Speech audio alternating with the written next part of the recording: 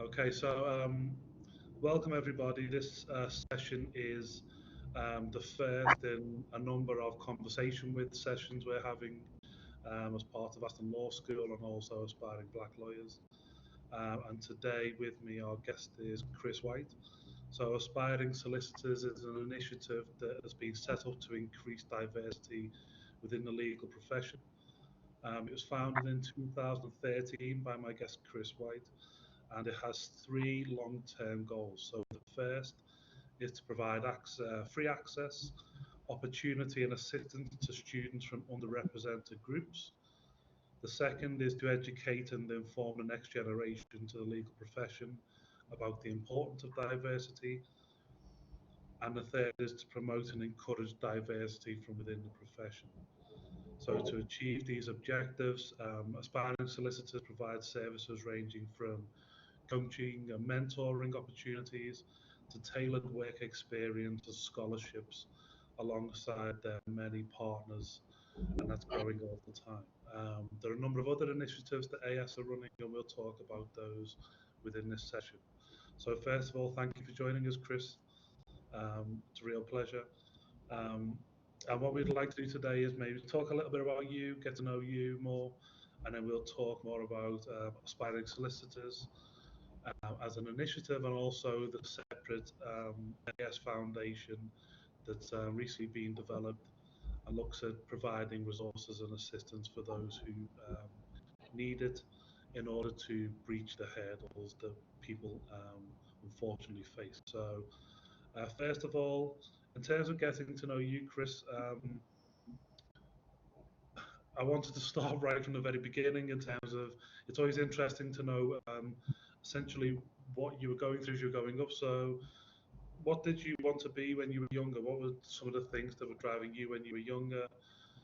Like you pick the age, and then we'll go Yeah. from there. Well, firstly, Daniel, thanks for kind of interviewing me today and having me as part of this series.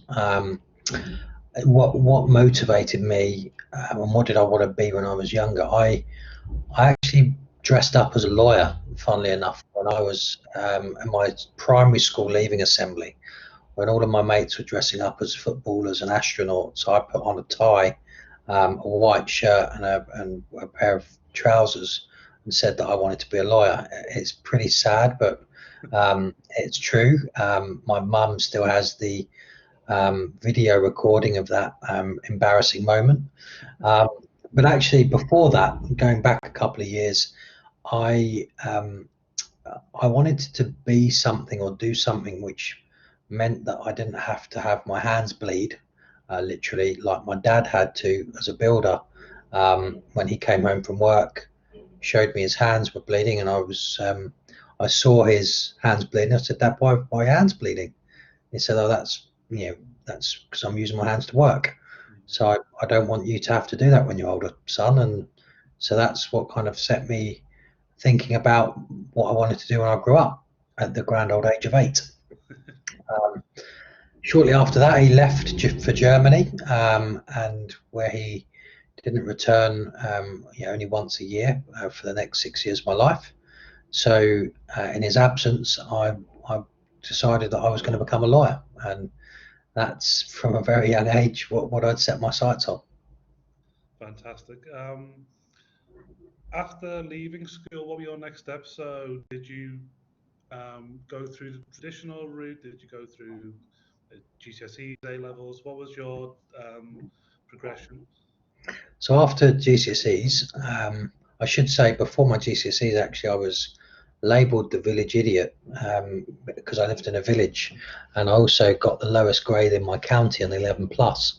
So everybody thought I was destined for failure. Did my GCSEs, got some good GCSEs, and then went on to college.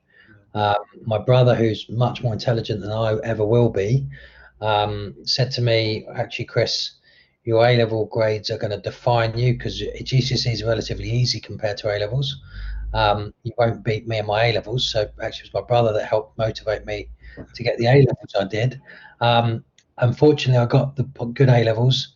For those people that have had to deal with the fiasco in recent weeks and months, take comfort in the fact that my first year A-level grades were about 6 or 7 grades cumulatively. My AS levels were 6 or 7 grades lower than what I ended up achieving in my A2s. So then after that, I went to university. I chose the university based on the number of bars and pubs there were in the city, rather than the quality of research and academia.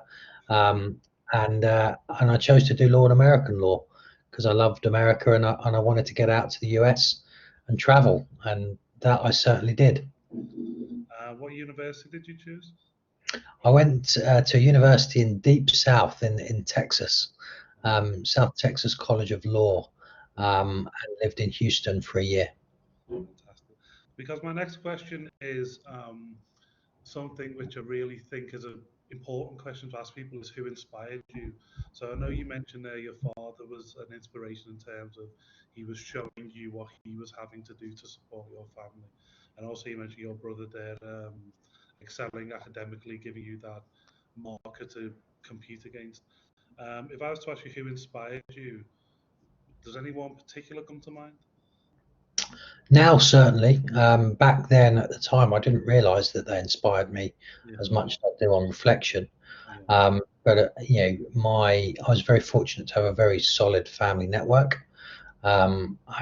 Despite my dad being away, my mum, kind of did two jobs. She was a mum and a dad, and the effectively main breadwinner, and working all the hours at Marks and Spencers she could to give us the opportunities we had growing up as kids. My grandparents also were fantastic. They ended up selling their house so we could, ward off people coming to our door asking for money.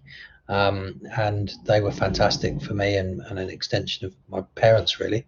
But now, when I look at who inspires me, most people that stand up for equality and diversity, that fly in the face of adversity.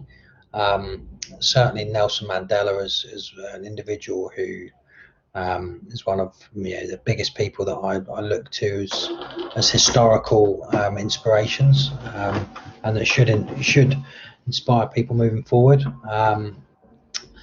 So I would say him, but equally there's many others out there, but he would certainly be up there. And what brought forward the love of the United States?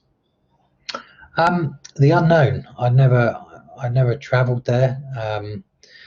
Actually, I had been there once on a family holiday that we couldn't afford, that I later realised was on credit cards, and it was magical. Where did I you go to? went to the classic Disneyland, Florida, and which isn't indicative of America at all. I discovered. Maybe it is. Yeah, well, some ways maybe, but having travelled across the majority of states in the US now, I'd say that it has a lot more to offer than just theme parks. But yeah, that helped encourage me. But actually, choosing Texas, I could have gone most places in the US. I wanted to go to the heartland of conservatism, and I wanted to tell people that the racism and discrimination that had been harbored, and protected in some cases by certain constitutional elements, was something I strongly opposed.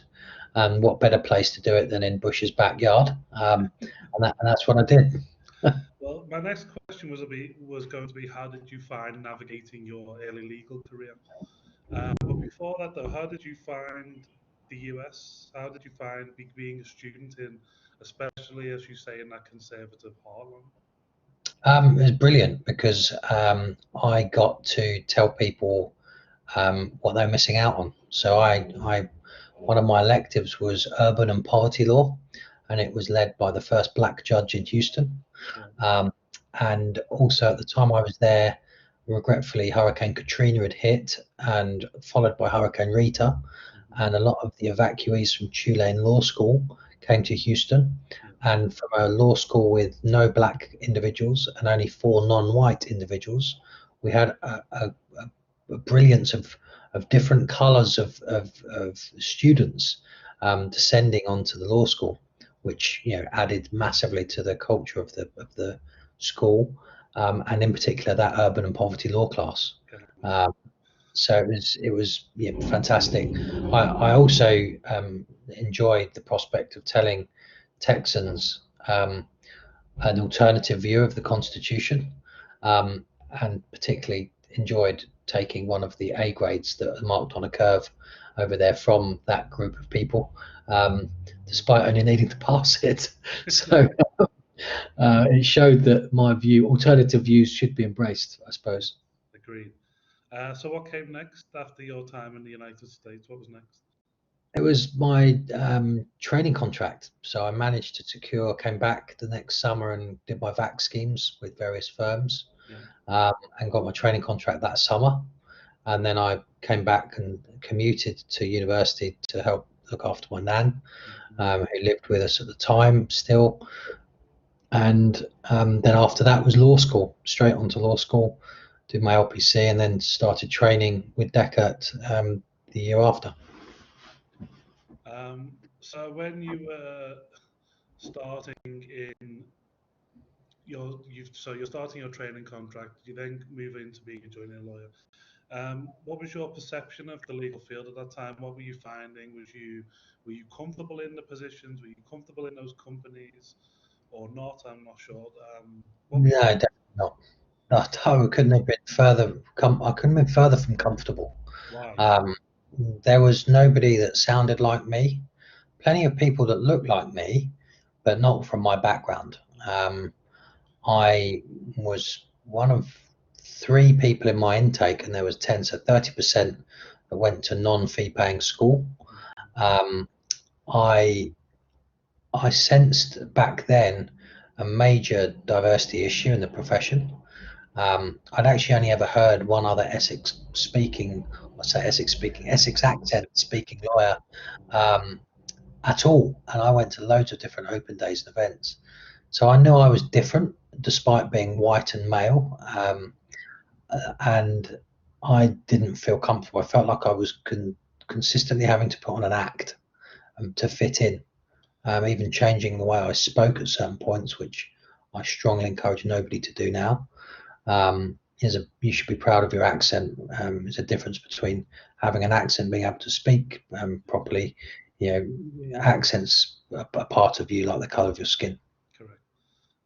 Looking back on it, do you think that was the environment that was pressuring you to do that, or was it in terms of your own approach at that early age to want to fit in or to see yourself as needing to reach a certain standard? I'm just wondering personally how you reflect on that time. Until I got into law, I never felt I needed to fit in anywhere. I was always the person that just was themselves and fitted in.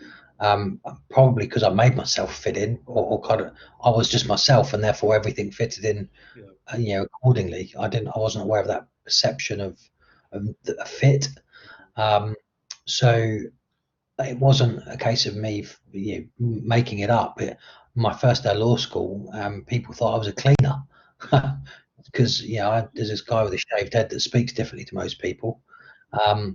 So it wasn't enjoyable, but that experience, that emotion, drove me to continue to help people, which is what I'd started doing the minute I got my training contract. So that was important. I can empathise. I mean, we've spoken before. I had the same experience when I went to Durham, and it's you can always tell the look of someone when they think you're there to clean, and you're not, and it's a bit of an awkward situation. Next thing you know, you said about that encouraged you early on to start looking out to help others. How did that start to come to fruition? Interestingly, the one kind of Trojan horse into the profession I had was the fact I was half good at cricket. And most of my mates that I played cricket with were all fee-paying, privately educated students at different schools around the country, actually, most of them boarding. And they were talking to me about the different opportunities that they had. They're getting wined and dined by law firms, taken out for expensive drinks and trips along the Thames, and I didn't have any of that. And worse than that, none of the law firms at that point even came to my university, whereas they were getting taken out every night. And most candidates, certain universities in pre-COVID times, still get taken out, and wined and dined. Um, and so I thought that was particularly unfair, that just because I didn't go to a university, despite having the grades to have got into Oxford or Cambridge, for various reasons, apart from being told someone like me shouldn't go there, I wanted to help people play on a playing field that was the same. And I wanted to help give them the knowledge and information that I'd amassed. So you, what happened after? So you, what happened after Decker? Because I know that you joined Norton Rose Fulbright.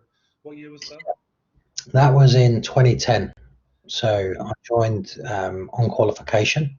Yeah, I was offered a position at Deckert, but because of the financial crisis and the wake of the Lehman collapse, I knew that regulation was going to be something that was pretty hot and hot on people's agenda.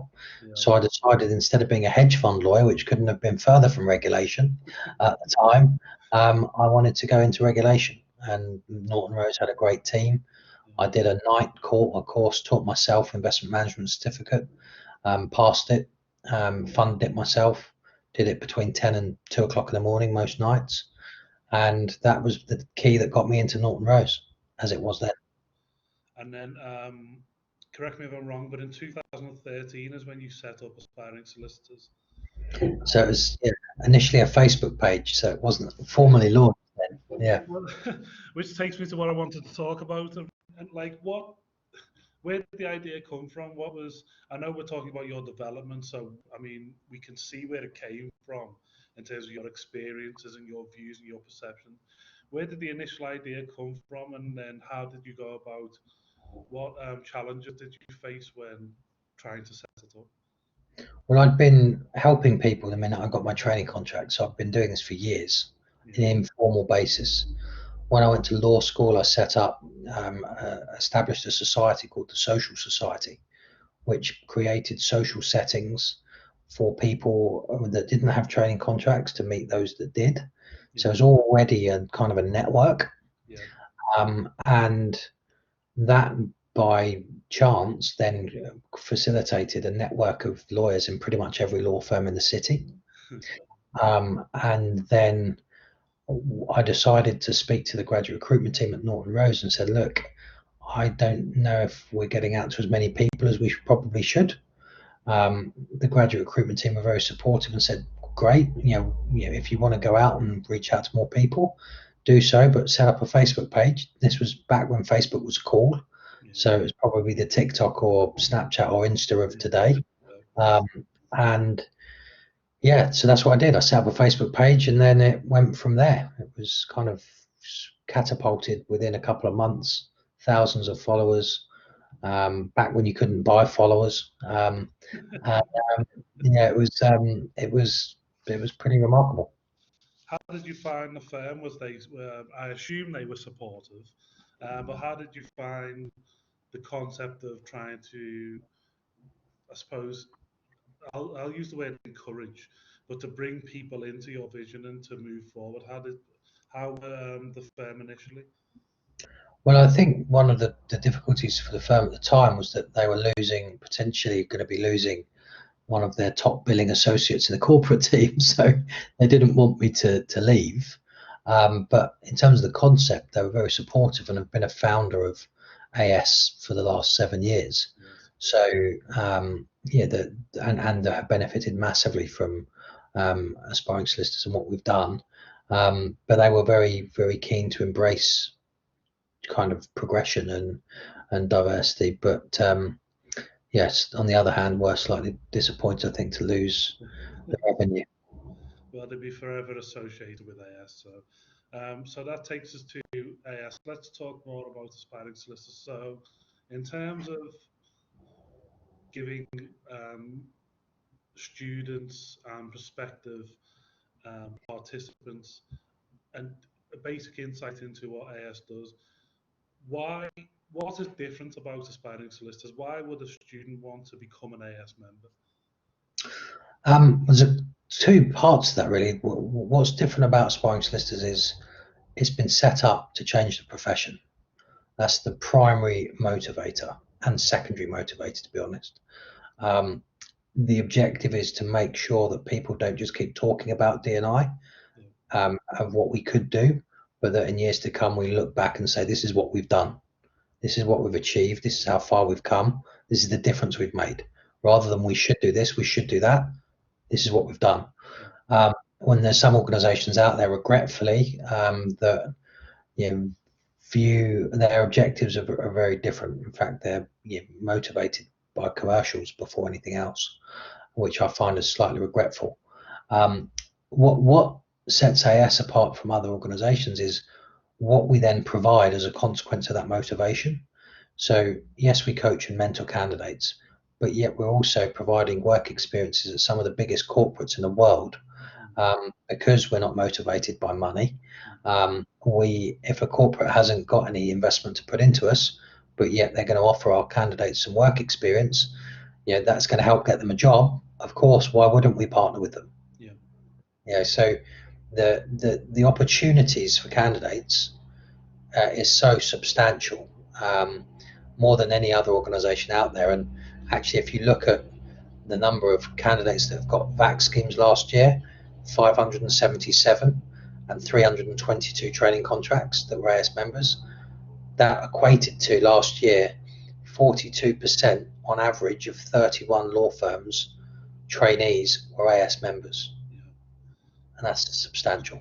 Astonishing figures, especially when you think about the rapid growth of AS as well. Just shows that potentially those figures and those statistics can just keep increasing, which is remarkable. So, I mean, you've mentioned there briefly, so there's mentoring opportunities. I know the coaching is something that you're really passionate and proud of because it's a real central facet of what you offer.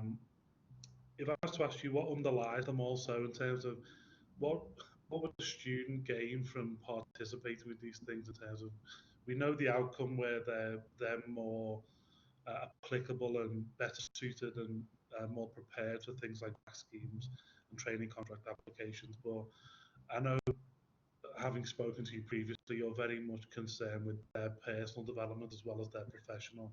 What would you hope that they could get from those opportunities?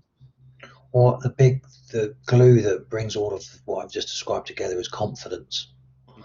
And as an individual from one of the diverse groups, or even a number of diverse groups, one of the observations that I and our team have made over the years is that our candidates, compared to a white male, privately educated heterosexual from Oxbridge with no disabilities, lack confidence. Comparison is that if you were more confident, if you believed that you were brilliant as you are, you would be in a better position to compete with that person I've just described. Not anything against that individual, but again, back to my cricket days, my teammates were told on a regular basis how brilliant they were and encouraged to speak with people, the adults that were professionals, and so they were comfortable talking to professionals and people, whereas I didn't have that interaction. So the confidence is critical. I agree. I mean, personally speaking, coming from one of those groups myself, it's so fundamental. If it underlies everything that we do, this confidence and also a lack of confidence when you don't have it. How do those initiatives instill confidence? How do they encourage somebody to become more confident? I think a combination of direct and indirect methods. So, by virtue of even being selected to go on, and it's competitive. Don't get me wrong. It's that we have thousands of applicants, and we'd love to help everybody, but we just haven't got the people power to do so. But being selected, being identified as someone with potential, when you've received so many rejections potentially, or not been told you're good enough in the past, that's a big boost in itself. Then to have that, have somebody give you their time and to invest their time in you, whether it be through calls, workshops, events, that reinforces. Actually, it starts making you think, maybe I am good enough. Maybe I have got skills that that would be of value to employers. But then you've got the more explicit piece around the mentoring and coaching of being told you are good enough. You need to believe that, and you kept keep getting told that enough, you will start to believe it. And so those are a couple of the ways. I was going to save this question till later, but I think it's a perfect time to ask. If you were to, because I mean, I'm thinking about my incoming students this year, and they're facing with the COVID pandemic, so they've got to face that. Then on top of that, you've got coming to university for the first time, which, as you know, has so many issues and challenges within it. What would you say to a student to encourage them to at least try to look at, to apply, to consider themselves for these type of opportunities? What would you say to them? I'd say what my dad said to me when I was growing up, and even to this day, which is, if you go through university or your life having tried your best, you won't have any regrets about what you should have done. Yeah. And so by coming to university, if you even think there's a chance you might want to become a lawyer, you've got to switch on straight away. Other people are already being primed from the age of 14, in younger, about entering a career. That's what you're going to be competing with, depending on where you want to go. So try your best, and you've got a platform like AS available to you. Use it, apply for things, register for things, be involved in it, submerge yourself in it, as well as other opportunities at university that you're going to be given, and make the most of it.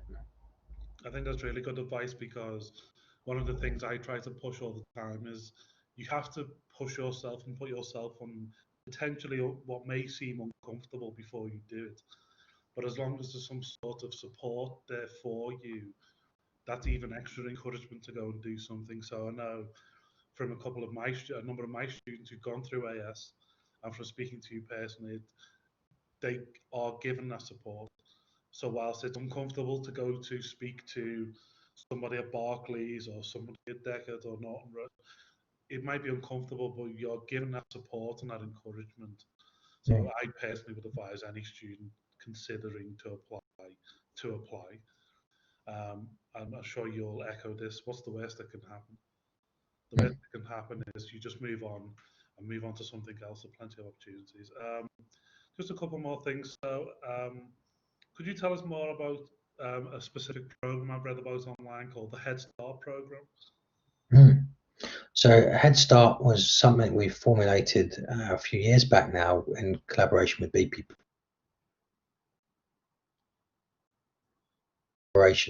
explicitly. And what Head Start does is different parts to it.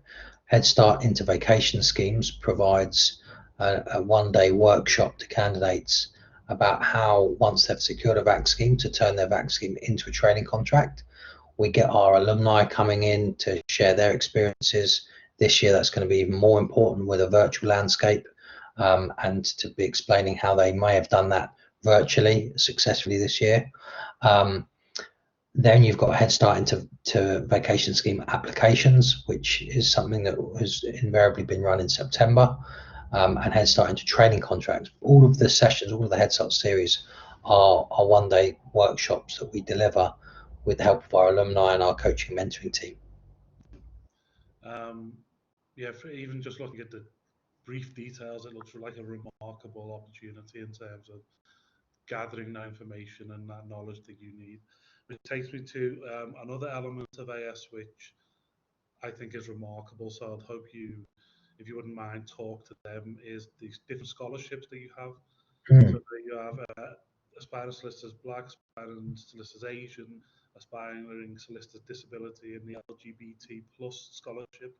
Uh, Mhm. one of the things that I think is remarkable is that um, when you have AS alumni coming back and working with you to develop these opportunities, could you speak more to those scholarships? Yeah, so those are scholarships actually that were set up last year. Yeah. off the back of discussion with an absolute legend, AS legend of Charles Ashey, who's now a trainee at Decker. Charles, as a black male, went to Hull, went to Edinburgh to do his masters.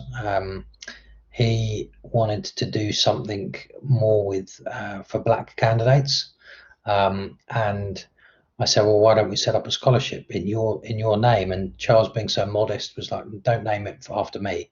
Put it as an AS scholarship, but I'll be involved in it." So yeah, the scholarship started. What they include is being mentored or kind of buddied with an AS alum, and then also a senior individual from the specific group. So for the Black Aspiring Scholarship last year, Shagan, who was the managing partner of BCLP, one of very few Black managing partners in law firms in the UK, assisted us with that. For the LGBTQ plus scholarship, we had a number of AS alum, Rachel, Justin, and others that were helping on that. And then they were mentored by another absolute legend from Goldman Sachs, and then other people within the disability space. We even had Lord Shinquin, who's major in the disability space, assisting our recipient of disability scholarship. But the scholarship is in collaboration with the separate entity, as Daniel mentioned, which is the AS Foundation. So there's the mentoring piece, and side of it is coordinated by AS. Then we make a recommendation to the foundation as a separate entity for funding to facilitate an individual's progression, which is aimed to remove barriers in the profession. So that is brilliant. It's been really inspirational to see that working, and we've had our first success this year of someone who's already received a scholarship. So that's good to see. Fantastic, fantastic. You did mention it there, so I did want to talk about the AS Foundation. So the Yeah. AS Foundation is a separate entity. It's based on a charitable entity. So I was speaking to David, who I'm sure you can tell us more about. He was talking about its aim is to provide resources for those who don't have them, to bridge that Exactly. gap and to allow for those people with potential to realize that potential. Um, could you tell us more about the foundation? Sure, it's there to remove financial barriers to the profession for aspiring solicitors with a small a and a small s. So you don't have to be a member of AS, although I'd encourage everybody to be, that is from diverse groups. But the foundation is there purely to give grants for laptops, speakers, headphones, books, online subscriptions, clothing, to help people wanting to go into law to play on the same playing field as so many that don't even give it a second thought about buying a nice suit or a pair of shoes, or turning on a laptop and logging into a Zoom call. Yeah, Um, there's so many people that can't afford that. So over the years of AS, I saw it. I worked with people. I bought people clothes myself to help them. I've had stories of people becoming homeless before they started their vacation schemes, and have assisted them. And so now to be able to set up a foundation, which is chaired by myself, but also having some fantastic trustees on board from across the profession, assisted by an advisory board, is absolutely fantastic. And the work that David Carey has done to really push that and propel that from the launch this year in January is fantastic. It should be majorly commended. yeah, they are doing a fantastic job. Speaking to him this morning, he was talking to me about how fair the process is. So they read all applications and then they go through a particular rating system that the trustees rate on. Um, one of the things that was interesting, because I know it only launched in January, correct? Correct, yeah. One of the things that he's really keen on, which we all need support, is to increase awareness of it as much as possible. So I'm sure you echo that message. But what It's there for everybody. I'd love to see people from Aston utilising that, and even if we got 20 or 30 or 40 applications, fantastic. It's there for people that satisfy the different, eligibility criteria, such as state school educated, first gen to go to uni, eligible for free school meals, people that have come to this country as refugees, people that spent time in local authority care, and then being able to provide a statement as to why you need a certain piece of funding. We, as Dan said, we review every application, and it's marked on a very objective and we hope fair criteria. Yeah, I mean, one of the things I would say to anybody who would be considering applying for it is to do it. Because I personally, when I was going through my PhD, I had to rely on charitable funding, and sometimes we can often be maybe too ashamed to apply or feel that it's for other people. But I think what I would suggest for everybody, if you are in that position, is to ask for that help. It's just the same as asking for other type of help. So if it's with your studies or if it's a personal issue, we always say you should ask for help. I think the same goes for financial issues as well. And for those followers from the Aspiring Black Lawyers Initiative, if you could share news and information about the foundation to others, I would encourage you to do so. Just a couple more things before I let you go, Chris. So, AS has been partnering with non-legal companies like PricewaterhouseCoopers as well. And I was reading from PwC that a large number of people who are coming through their recruitment process have been AS members. Is that something that I assume you're proud of, that you're now reaching past the legal sphere, but is it something that AS seeks to do more in the future? Well, the PwC piece is an interesting one because we actually work with their legal arm. So what the stats you would have seen are linked to PwC's legal body. That said, all of the organisations, non-law firm organisations we work with almost without exception, maybe one or two, it's the legal team that we're working with. So we have had a lot of interest from banking sector, from wealth management companies to expand out into effectively aspiring financial services personnel. But I'm very much focused on making a meaningful and sustained long-term change to the profession, legal profession. I think we've got enough to do based on statistical evidence that I've seen in the last 7 years before I can concentrate my attentions elsewhere. So for the time being, as much as others want us to do it, we won't be going out of the legal profession and setting up aspiring bankers.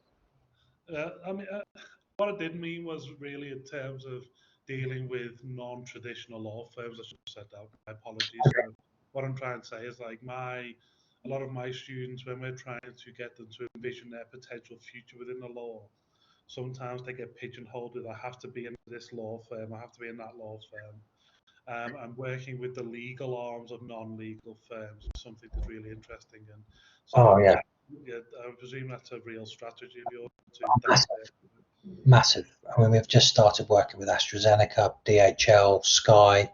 I've got a major piece of news coming soon, which is going to be brilliant for so many people. It's actually pretty cool. I And won't shoot for an exclusive, so we'll wait to see.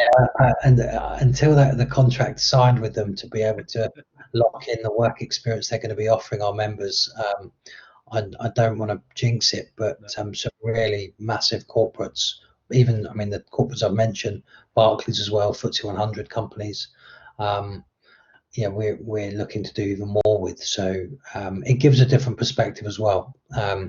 Candidates will have got law firm insights more than they would have done in-house. So it's definitely a key strategy for us. Yeah, the last thing I wanted to touch about was I know a number of my students are currently AS ambassadors within their universities. Could you tell us more about that and the importance of the ambassadors to AS? Yeah, well, the ambassadors have been critical actually to us over the years, and we've got out to 60 or 70 unis, and the success of those university visits broadly has been largely due to the campus ambassadors. Occasionally, we've had some really good coordination with careers teams and law schools, which help make it even more successful. But the campus ambassadors are there to tell people about what we do, and to encourage people to get involved in what we do. And yeah, we really appreciate and value what they do, because without their assistance and kind of on the ground assistance, the people we'd be able to reach out to would be limited, to social media or to avenues more formal. So yeah, hats off to those ambassadors, Aston and other universities, because they're doing a brilliant job. Agreed. How would a student go about becoming an ambassador? So we now direct everybody that wants to become an ambassador to apply to our Aspire program. Yep. So it was slightly unfair in some respects. We're getting candidates to come and promote what we were doing, and then they weren't able to utilise some of the services. So now we select our campus ambassadors mostly from our Aspire pool, which candidates now can register their interest for next year, but also first years can register for AS First, Yes. and for our virtual diversity law fest we're running in the next month or two. So I'd strongly encourage that. And then once you're on that, we'll then be asking people, would you like to be an ambassador, which is a great opportunity as well. Yeah.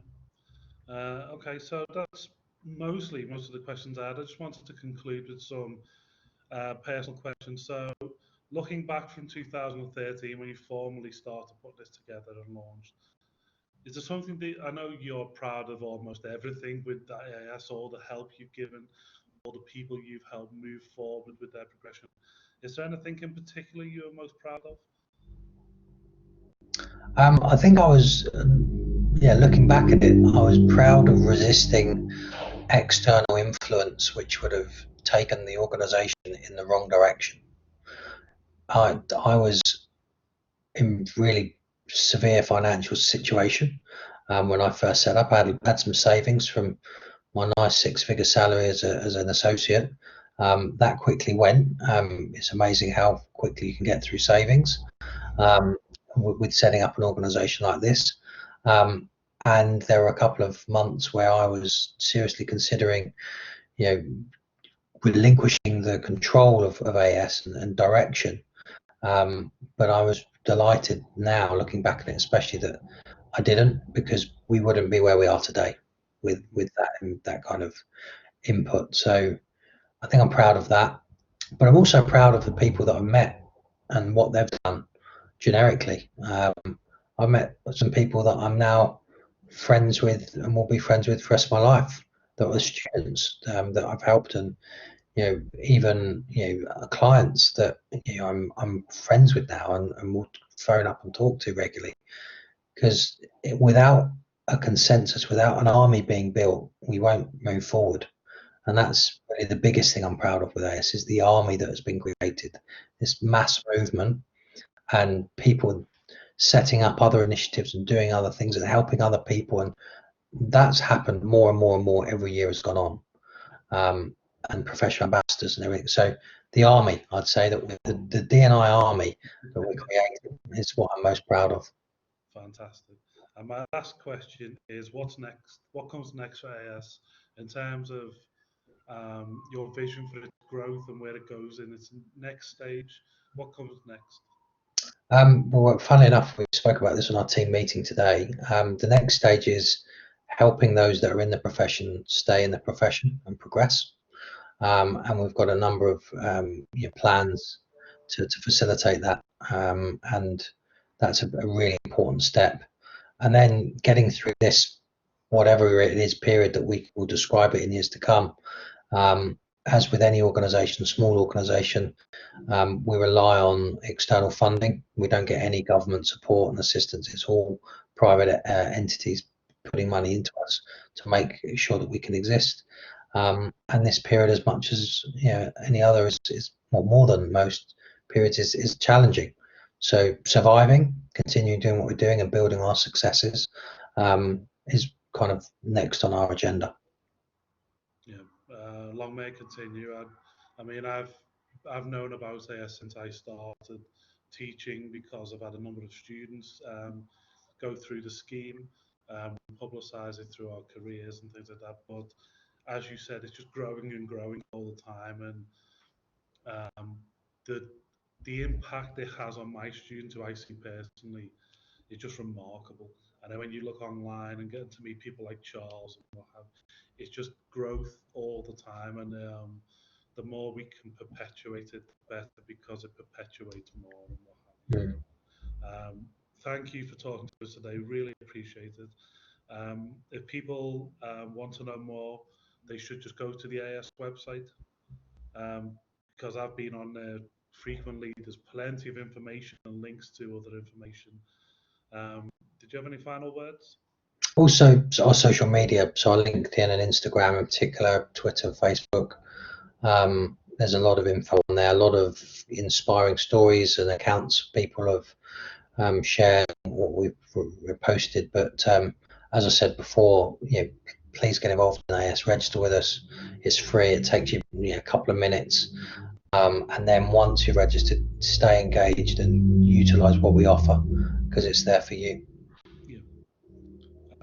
Yeah, I couldn't sum it up any better, because it's really important that students engage, because there's things set up for them like you've been pushing to do.